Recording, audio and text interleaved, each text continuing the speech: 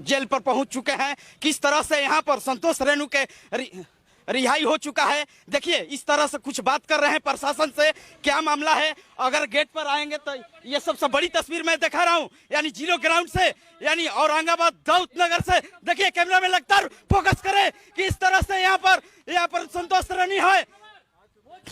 देखिए सबसे बड़ी तस्वीर संतोष रेणु के सम्मानित किया जा रहा है। आ जाइए, आज बेल हुआ है अभी आपका? आज बेल हुआ है।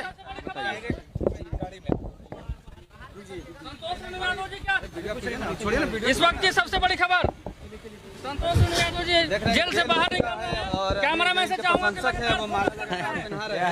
ये बताइए संतोष जी, ये आप बिहार देखना चाहता है, आप काफी दिन से आज जेल से निकले हैं, क्या कहिएगा?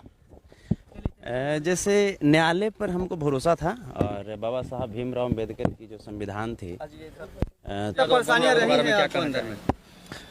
परेशानी सेना की तरफ से आपके सपोर्ट में केस किया गया था। यदुवंशी सेना के अध्यक्ष बम यादव जी हैं, उनको आप क्या कहना चाहेंगे मीडिया के सामने? बहुत बहुत धन्यवाद कि